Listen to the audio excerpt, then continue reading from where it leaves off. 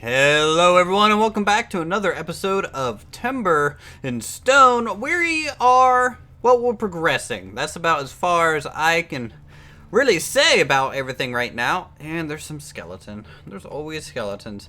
We have been changing the patrol route of our military. We've been expanding, especially towards the archer division and things, and actually maintaining safety along the roads. Now this is helping traders get there. This is helping overall new citizens to arrive safely into the town. This is something I suggest doing if you're a little bit more established.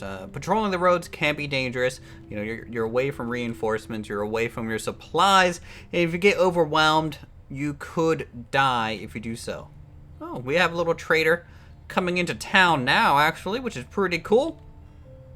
Winston, our pretty handy forager, just looted a skeleton. Found another one, so we're sending some small band of troops over into that area. This guy's really slow. I don't think he is maintaining his inventory quite right. Here, let's send him back because there's no point in him going over there. Alright, so what we got, we built and added on the carpenter's hut last episode. Christopher is finally engaging this archer here, and he's dead. There we go. Good job. So it's good to kill these skeletons and make sure to keep just the number of AI units down. It also helps, hopefully, with the FPS a little bit. But as our town expands and grows, you can see the FPS is already lower and lower. And this is kind of normal with games like this, anything creative where there's a lot of blocks to render out. And, you know, you just got to be careful with timber and stone, or say stone hearth in that area. It's just the performance goes down and down. What we got over here towards the right, I've been working off camera on digging another big ditch in the ground here, and this will end up being the Drydock attachment onto the shipyard. Now the Drydock's going to start about here on this post, and we'll feature probably another lengthy similar pier outwards. We'll make some doors. It's up to you guys if you guys want it to be a flooded dry dock or a closed and dry portion of the dry dock. And, you know, you can get some interesting effects if it's, you know, flooded and the doors are open awaiting something to arrive. Or we can have it closed and empty and potentially a ship in there. But if we do that, we might not be able to build a ship here because then it's too busy and there's too many of the same elements. And, you know, I might also redo the shipyard. I feel like I'm starting off a little ranty here. All right, this episode, what we're going to be doing, coming over here to the town, we will be constructing another section of the Drydock attachment. And I need to fill in some grass. We go, and also get some grass going, I think, over here in this direction as well. Go away, trader. I want nothing to do with you at this point in time. Also want to do is bring up the wooden beams and supports here. Let's see, 1, 2, how wide are these? 1, 2, 3, 4. So yeah, it's about a 4 wide gap. So 4, and then a post, and we'll leave that just like so. So 4 and a post. Gotta make sure these are lining up. Darn you! Oh no, no, no, no! There's too many wooden logs placed. 1, 2, 3, 4, and perfect. So 5. And you want to try and make sure these posts and things go all the way to the ground. Otherwise, the building will look a little weird if there's a block of grass underneath of it, or some type of weird terrain feature that doesn't quite read as well.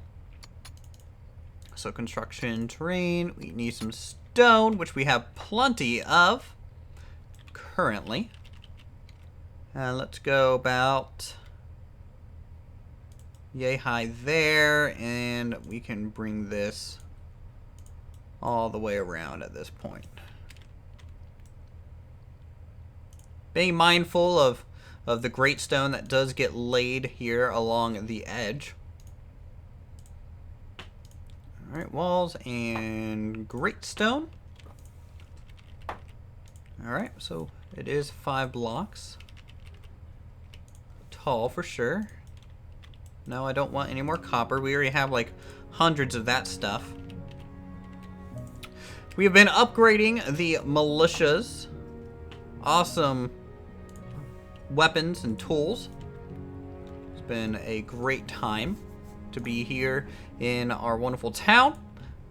Let's see. In the next episode, we'll add in some new names that we've been gathering here over the past couple few. You know, our population has swollen to 35 people, and it is going to be a quite healthy population, it looks like. At least healthier than banished at times. You know, food not really being an issue.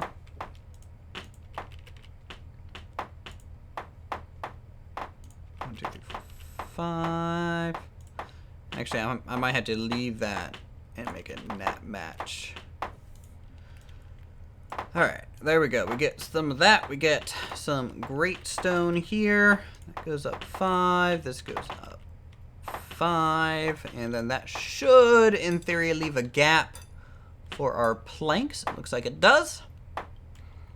And that will actually cap off the shipyard. Finally, about time, really, because we've been working on this area for quite a long while. It takes it, unlike Stonehearth, where we can actually kind of cheat and just spawn in a blueprint after a while, because building in that game is a little iffy at times. This one is not. This building in this game is a little bit more of a complete system, you know, but because it's not blueprint based, there are some annoyances just with how you had to build up your own scaffolding, but because it works so well, there's no way to just spawn things in, and everything just takes a whole bunch of time to complete at this point in our save.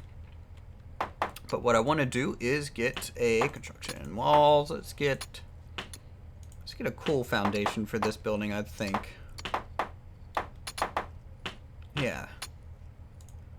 Do a pale brick foundation. This is a new carpenter coming into town. Not really something I need. You know, 1 carpenter is generally enough, so he's disloyal and clumsy. Yeah, what can you do? Archer, engineer. Yeah. I think I would rather have 1 final really good archer. If you guys take a look at our current town, we actually have 4 trained archers right now. We have Lucky, Bryce, Nolan, and Norbert Wood, all of which are patrolling, and this is also some of the upgrades that we did to our military. I have 1 patrol route just watching the left side of the fishery, another patrol route going to the right over towards the shipyard, and this is keeping us safe on the ocean front. Go away, you jerk. You get to become a stonemason for a little bit, so he leaves. There, I don't really care about the trader right now. He's just slowing me down. But yeah, so we're patrolling along the ocean, and then we also have a patrol route going to the left of the main road, and then north, and then 1 going out the right side. So we have 4 archers covering all ways into the town, and these are great because they can engage from such a distance that they can actually kill the thing before the thing aggroes onto them. And at times you can just kind of take care of the problem before it manifests itself into a major issue. So over here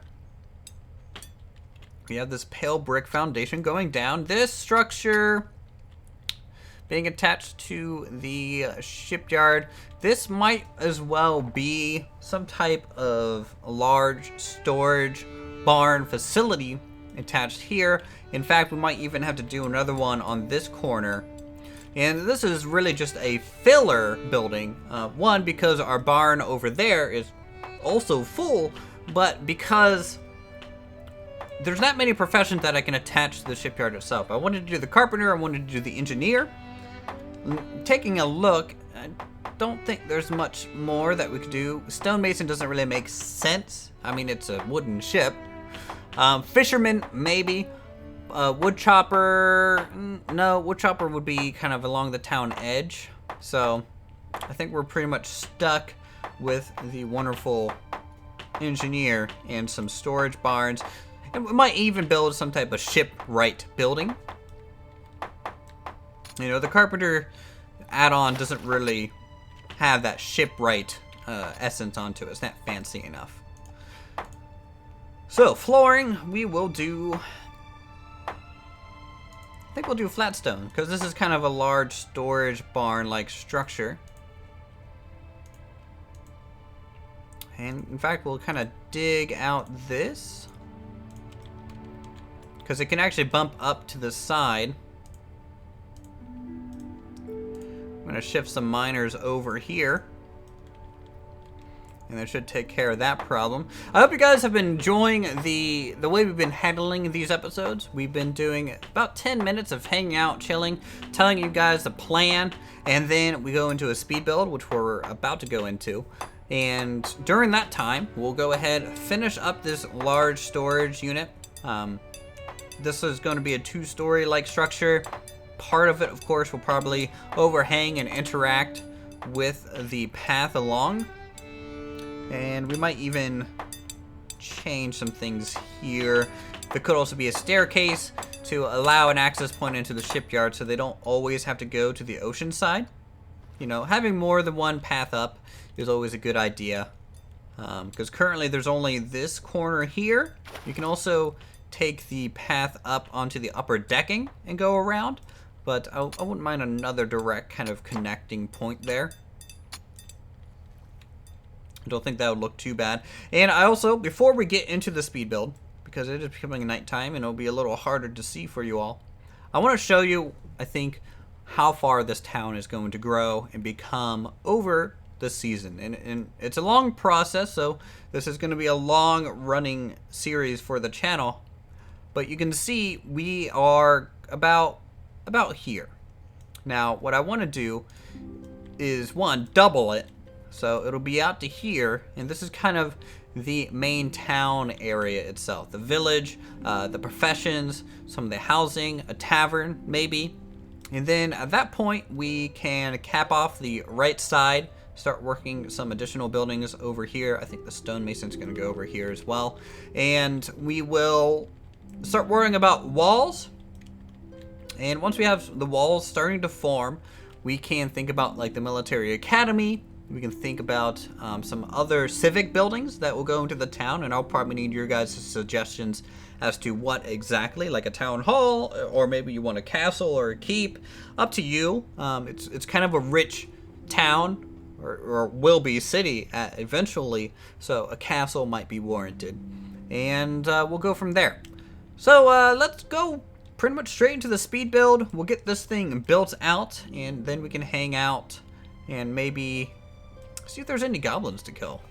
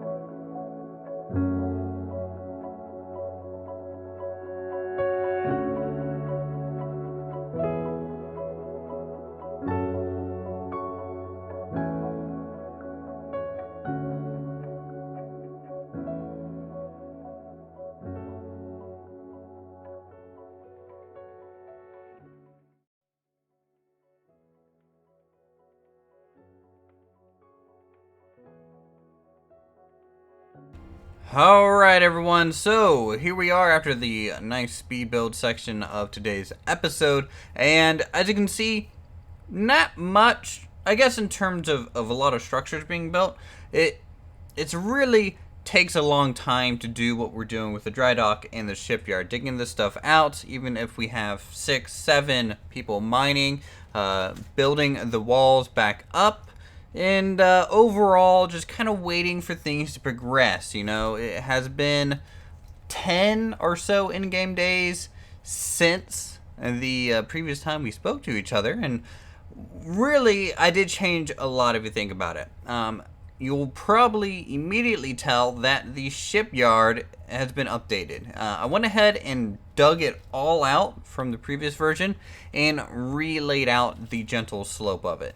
I did say, you know, it was bothering me how it was flat and then at a 45-degree angle at the end. Very not true to form.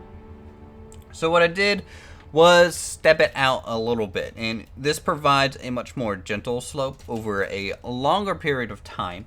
And what you do, if we do end up making an actual ship here being constructed, you're going to, you know, level the ship out a little bit onto the slope, I would say about here, and then you just build support to hold it nice and flat and even on the ground line there, and all the supports and things will slide down into the water with it, thus creating our wonderful boat that doesn't really float because, you know, it's not really a game that does boats very well. Over here, this is the dry dock. The dry dock, of course, being a spot that you can repair ships after they've already launched. You know, you can't really pull them up onto land unless they're like very, very small. And these are required to repair things such as like, you know, schooners, brigs, the smaller proper vessels that people will be going around on. Now, we do have partially open doors because I'm going to be filling this with water. This is going to provide a nice little break in our shipyard dry dock area. One, of course, you fill it with water and you sail the ship in. You then drain it over the supports that's going to be holding it there, and at that point you can make your repairs. So what I want to do first, I guess, let's take a look here. Looks like Lucky has spotted a skeleton near the map edge. These archers that we have on patrol have been doing a wonderful job of just keeping the streets clean. As you can see, you know, they can engage things without them actually being spotted, and it's actually pretty safe out here as long as you just have a few archers on your roads. Now, these are trained archers with some proper equipment here. I mean, we have, you know, broadhead arrows, fire arrows for them, and a full set of light armor. I don't know why he stopped shooting, but I'm not going to complain about it, really. Let's head back over here. You can see how much of this area compared to the rest of the town is really starting to take up. And hopefully we can just keep expanding and balance it out eventually over time. But let's go ahead, pause the game, because this is the best way to do it. We are going to remove all of these cool supports that are holding back the flood of water. And then we can fill in our dry dock, and it will be ready to accept incoming vessels for repair. And also it'll just it'll bring in a nice touch of water kind of more inland, and I think that is going to hopefully balance out the shoreline a little bit, make it look a little bit more dynamic. So let's get rid of all that and prepare to completely lag out the video capture if not game by hitting play. There we go, and it'll just fill in dynamically and relatively quickly. The base floor of the dry dock is flat stone. I didn't know how far we're going to be seeing down into that, so I went ahead and actually gave it a proper tiled floor just in case you know, it is visual, and you know, you can see the nice walls kind of fading away at this point, and the doors that are mostly open. They're not fully open. I want it to be a little dynamic.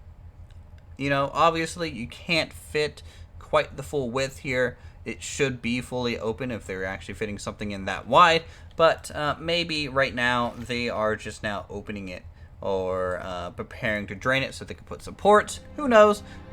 It just looks a little bit more interesting than just having flat doors along the side there.